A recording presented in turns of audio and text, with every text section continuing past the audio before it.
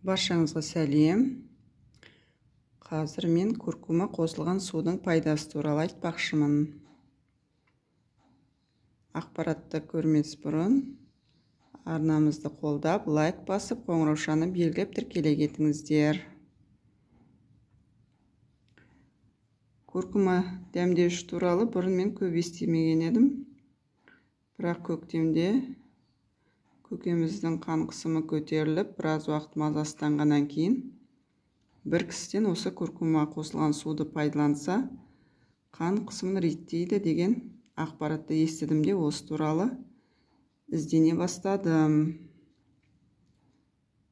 Сөйтіп, интернет желісінен бірнеше ақпараттарды іздеп таптым. Шын мәнінде куркума қан қысымын реттеуге пайдасы зор екен.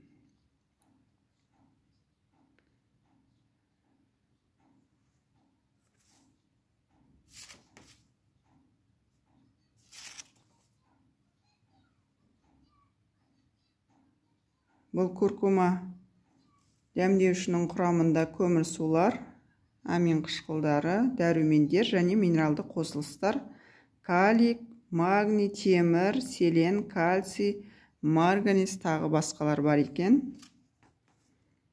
Куркума қосылған судың көптеген пайдасын анықтап білдім. Соның ішінде ол керемет антисептик, ол ауру тудыратын бактерияларды жояды екен және ағзаның жұқпаға қарсы төзімділігін арттырады екен. Куркума дәмдеуішін суға қосқандағы ерітіндісі жүйке жүйесіне, жүрек қан тамырлар қызметіне жақсы әсер етеді екен. Оның көмегімен ұйқысыздықтан арылуға болады екен. Ол ағзаның күйзеліске қарсы деңгейін арттыруға көмектеседі екен. Соның ішінде куркума қосылған судың жүрек қан тамырларына пайдасы дәлелденген. Оны уақытылы ішу арқылы өзіңізді инфаркт, инсульт және артериялық қан қысымының бірден секіріп кетуінен қорғай аласыз.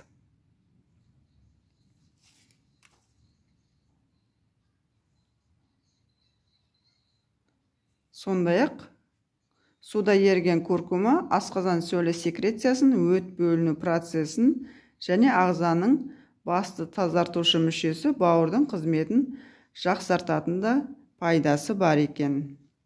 Куркума қосылған суды 6 жасқа дейінгі балаларға, жүкті және бала емізген аналарға, асқазанда гастрит ауруы бар адамдарға және дәмдеуішке жеке аллергиясы барларға қабылдауға болмайды екен.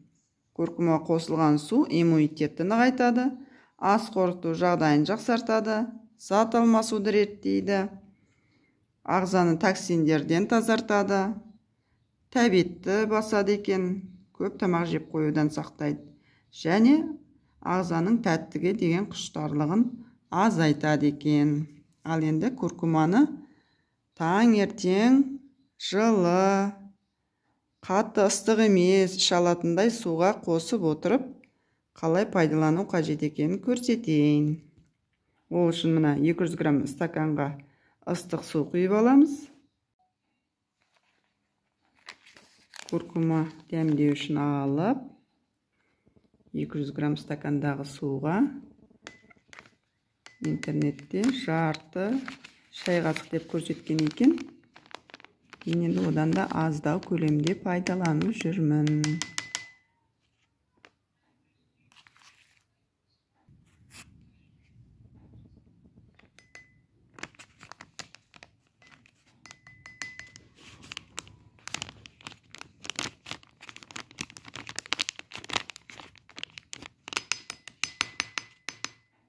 Осы көлемде салсақ жеткілікті, жарты шай қасыққа да жетпейді.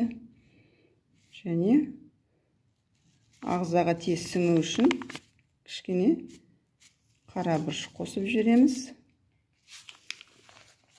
Және өзіміздің ұнатуымызға қарай бір қасық бал немесе лимон қосып ішсек болады. Осылайша біз бірнеше айлардан бері осы куркума қосылған суды таңертең аш қаранға жылыдай ішіп жүрміз. Су ағзаны тазартуға көмектеседі, әрі ағзаның жұмысын жақсартады. Денсаулыққа өте пайдалы. Куркуманың пайдалы қасиеттері туралы толығырақ ақпараттарды интернет желісінен қарап көрсеңіздер болады. Өзімізге пайдасы тигеннен кейін осы куркума жайлы басқа кісілер де білсін. Қазіргі уақытта қан қысымы көтеріліп кететін, төмен түсіп кететін адамдар өте көп.